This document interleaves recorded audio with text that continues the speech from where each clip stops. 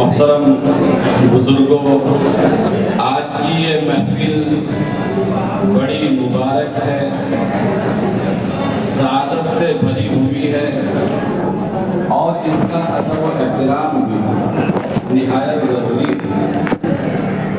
تھوڑی دیر کے لیے میں جو سامنے ہمارے بھائی کھڑے ہیں، ذرا سا خاموشی کے ساتھ تھوڑی دیر کے لیے تشریف رکھے۔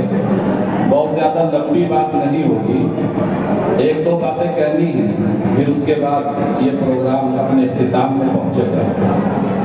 کھانا بھی کھاتے رہیں گے۔ جو چھوٹے بچے سامنے کھڑے ہیں، انہی سے متعلق پروگرام ہے، ذرا سا بیٹھ جائے گا۔ سامنے سے ذرا سا تھوڑی دیر کے لیے تشریف رکھے، آپ نشستوں پر کرسی پر آ جائیں۔ بھائی سب سے پہلے تو ہم مبارکباد دیتے ہیں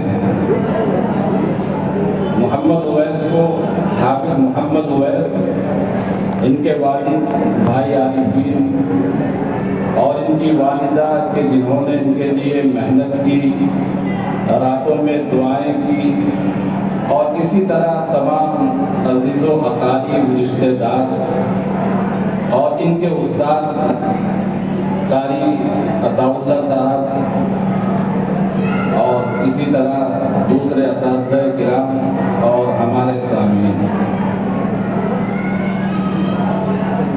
اور مبارکباد کیوں نہ کی جائے کہ قرآن کریم کی تکمیل پر جو کوئی سب سے بڑا ایوارڈ ہو سکتا ہے، کوئی انعام ہو سکتا ہے، کوئی عہدہ اور منصب ہو سکتا ہے، وہ حضور پاک صلی اللہ علیہ وسلم کی زبانی حفاظ کو سنا دیا گیا۔ اللہ تبارک و تعالیٰ نے حفاظ کے بارے میں کہا کہ یہ میرے گھر کے لوگ ہیں، اور کہیں ان سے کہا گیا اور کہا جائے گا کہ تم قرآن پاک پڑھتے جاؤ اور جنت کے دروازوں پر چڑھتے جاؤ، اور جس طرح تم دنیا میں ٹھہر کر قرآن پاک پڑھتے تھے، اسی طرح تم یہاں بھی قرآن پاک پڑھو، اور جہاں تم ٹھہر جاؤ گے وہ تمہارا آخری مقام ہوگا۔ اور کیوں نہ اس پر جشن منایا جائے، خوش نہ ہوا جائے۔ حافظ قرآن کو اللہ تبارک و تعالیٰ نے وہ قدر و منزلت اور وہ مقام دے دیا ہے کہ اس سے بڑا کل محشر کے دن کوئی مقام نہیں ہوگا۔ یہ خود بھی جنتی ہوں گے اور خاندان کے ایسے لوگ کہ جن پر جہنم واجب ہو چکی ہوگی، اس حافظ قرآن کی برکت سے ان کو جنت ملے گی۔ حفاظ کا مقام و مرتبہ بڑا اونچا ہے۔ بھائی تھوڑی دیر باہر جو بیٹھے ہوئے ہیں ہمارے بھائی سامنے کھڑے ہیں، تھوڑی دیر تشریف رکھیں۔ یہ قرآن پاک کا پروگرام ہے۔ ہمارے یہاں اصل میں ایک بہت ہی قابل افسوس اور حیرت کی بات یہ ہے کہ ہم عام طور سے منظم پروگراموں کو میلہ سمجھ لیتے ہیں۔ یہ بالکل اسی طرح ہے کہ حضرت موسیٰ علیہ السلام نے فرعون کے عذاب سے بنی اسرائیل کو بچایا اور دریا پار کرایا، اور جب دریا پار ہو گیا تو کچھ قوم کے لوگ تھے کہ جو میرے ٹھیلے میں لگے ہوئے تھے اور جشن منا رہے تھے۔ یہ تو بنی اسرائیل ٹھہرے کہ جن میں انبیاء کا لمبا تسلسل ہے، برابر انبیاء آتے رہے۔ دیکھ کر اس نبی سے کہا کہ اے موسیٰ، ہمارے لیے بھی ایک ایسا معبود تیار کر دیجئے کہ ایسا ہو جس کو ہم اپنی نگاہوں سے دیکھ سکیں، میرا ٹھیلا لگا ہوا ہو اور جشن کا ماحول ہو اور کھانے پک رہے ہوں، تو ہم بھی اس طرح رونق و رعنائی کا سامان ہو جائے۔ لیکن وہ اللہ کا بندہ، وہ موحد، اس نے کہا إِنَّ هَٰؤُلَاءِ مُتَبَّرٌ مَّا هُمْ فِيهِ وَبَاطِلٌ مَّا كَانُوا يَعْمَلُونَ۔ یہ جو تم دیکھ رہے ہو اس پر پانی پھر جائے گا، یہ کوئی کام آنے والی چیز نہیں ہے۔ میرے نوجوان بھائیوں، یہ قرآن پاک کی محفل ہے، آپ اس میں تشریف رکھیے۔ ہو سکتا ہے کہ یہی مغفرت کا وقت ہو اس حفظ قرآن کی برکت سے، اور اس میں ہماری مغفرت ہو جائے۔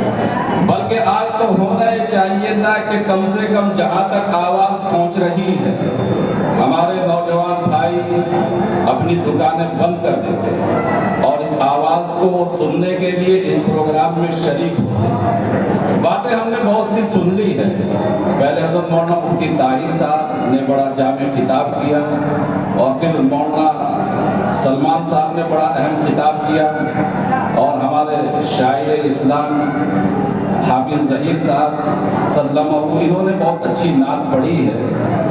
جس بزم میں ساغر ہونا صحبا ہونا تم ہو، جس بزم میں ساغر ہونا صحبا ہونا تم ہو، رندوں کو تسلی ہے کہ اس بزم میں تم ہو۔ محترم بھائیوں، یہ قرآن کریم کی محفل ہے۔ اللہ تبارک و تعالیٰ نے قرآن کریم، یہ اللہ کی مقدس، معزز اور رہنما کتاب ہے۔ اللہ نے اس کلام کو انسانوں کے لیے نازل فرمایا جو زندگی کے تمام گوشوں میں اور تمام لوگوں کی یہ رہنمائی کا کام کرتا ہے۔ یہ قرآن جتنا مسلمانوں کے لیے ہے اتنا ہی یہ غیر مسلموں کے لیے ہے۔ یہ قرآن جتنا جوانوں کے لیے ہے اتنا ہی یہ بوڑھوں کے لیے ہے۔ جتنا یہ قرآن مردوں کے لیے ہے اتنا ہی یہ قرآن عورتوں کے لیے ہے، اور جتنا یہ لڑکوں کے لیے ہے اتنا ہی یہ قرآن لڑکیوں کے لیے بھی ہے۔ اللہ تبارک و تعالیٰ نے انسانوں کی ہدایت و رہنمائی کے لیے دو انتظامات فرمائے ہیں۔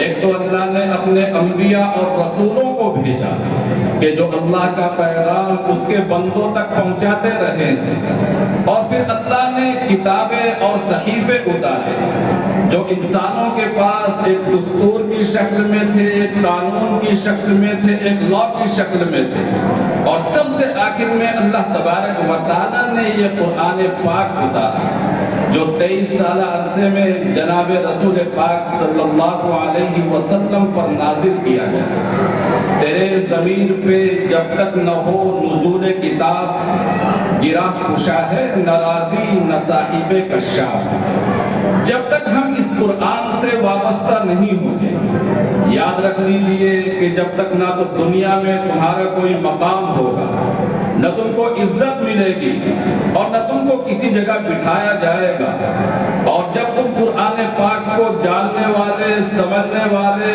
اور اس سے آبدار موتی چننے والے بن جاؤ گے اور تم اس کو اہمیت دو گے تو پھر یہی قرآن تم کو اہمیت دے گا، یہ تم کو رشک عالم بنا دے گا۔ اور اس قرآن کی برکت ہی سے کہ جو عرب کے صحرا نشین تھے، بدو تھے، جنگلوں میں رہنے والے تھے، اس قرآن نے ان کو کہاں سے کہاں پہنچا دیا۔ ان کو جہاں بان ان کو بنا دیا گیا، وہ گلہ بان تھے، جہاں بان ان کو بنا دیا۔ یہ اسی قرآن کریم کی برکت ہے۔ میرے بھائیوں، یاد رکھیے کہ قرآن کریم دنیا کی تمام کتابوں میں اس کو وہ فضیلت اور اہمیت حاصل ہے کہ اس قرآن کا دیکھنا بھی عبادت ہے، چھونا بھی عبادت، اور پڑھنا پڑھانا تو ہے ہی عبادت، جس کے بارے میں کہا گیا خیرکم من تعلم القرآن وعلمہ۔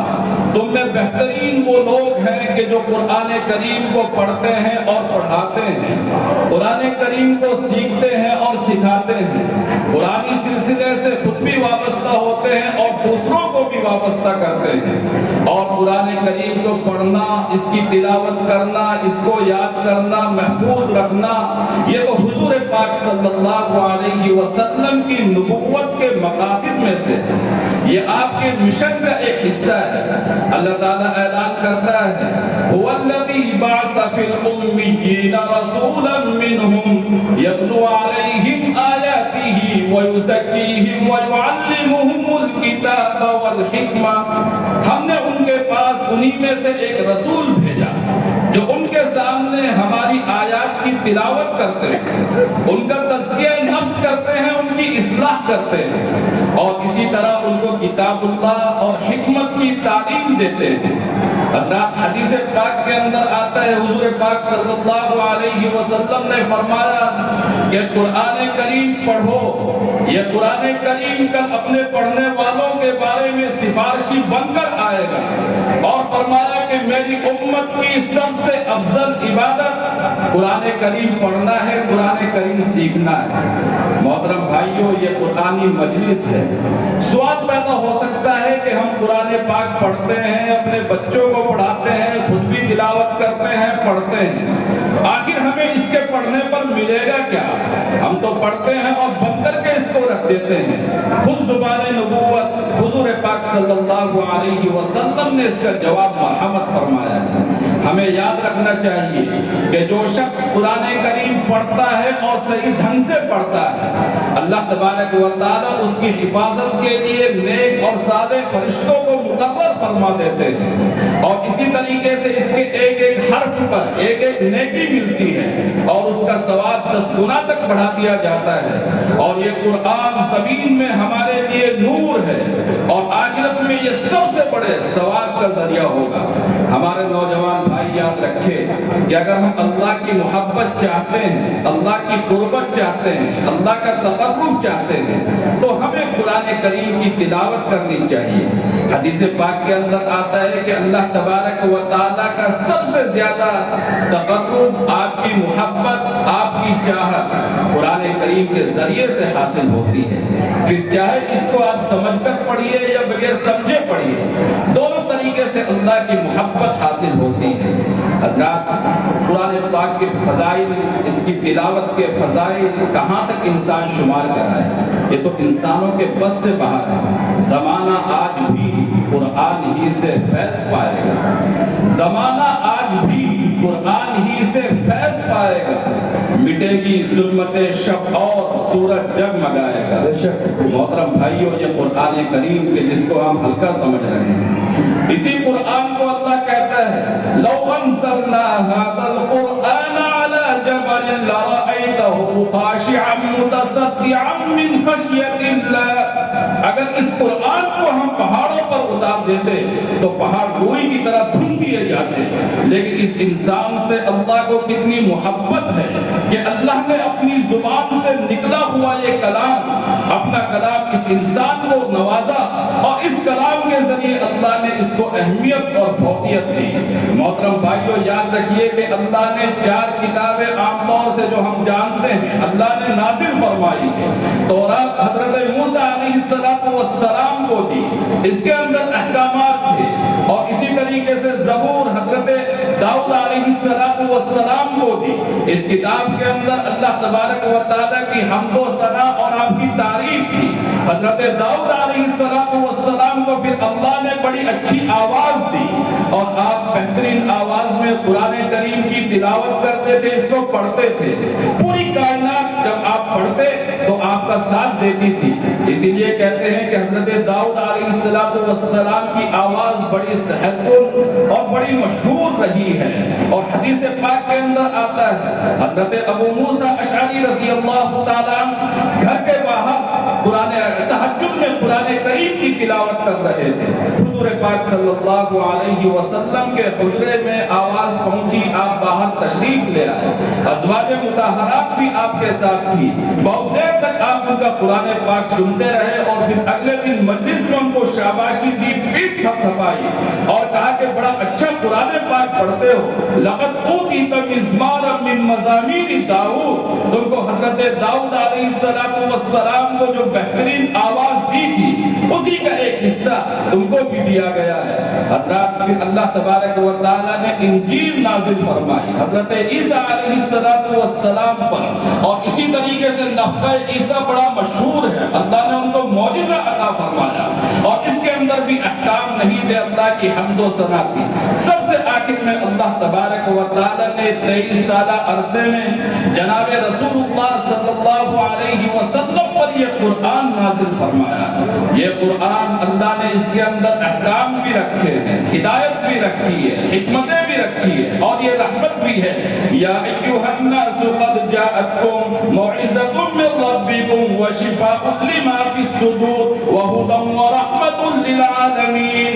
اے لوگو، اللہ کی طرف سے تمہارے پاس نصیحت نامہ، ہدایت نامہ آ گیا گیا ہے اللہ تعالیٰ کی طرف سے تمہارے پاس ایسی کتاب آ گئی ہے کہ جس کے اندر سینوں کی بیماریوں میں اللہ نے شفا رکھی ہے.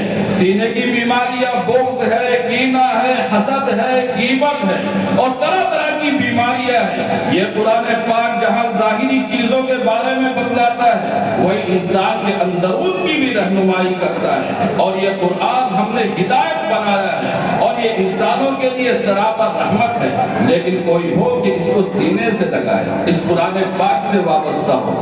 حضرات بس بات مختصر ہے, آج کا جو ماحول ہے اور آج کے جو حالات ہیں اور اس وقت کی جو برائیاں ہیں, ہمیں یاد رکھنا چاہیے کہ پناہ اگر کہیں ملے گی تو وہ قرآن کے سائے میں ملے گی, دوسری جگہ نہیں مل سکتی ہے.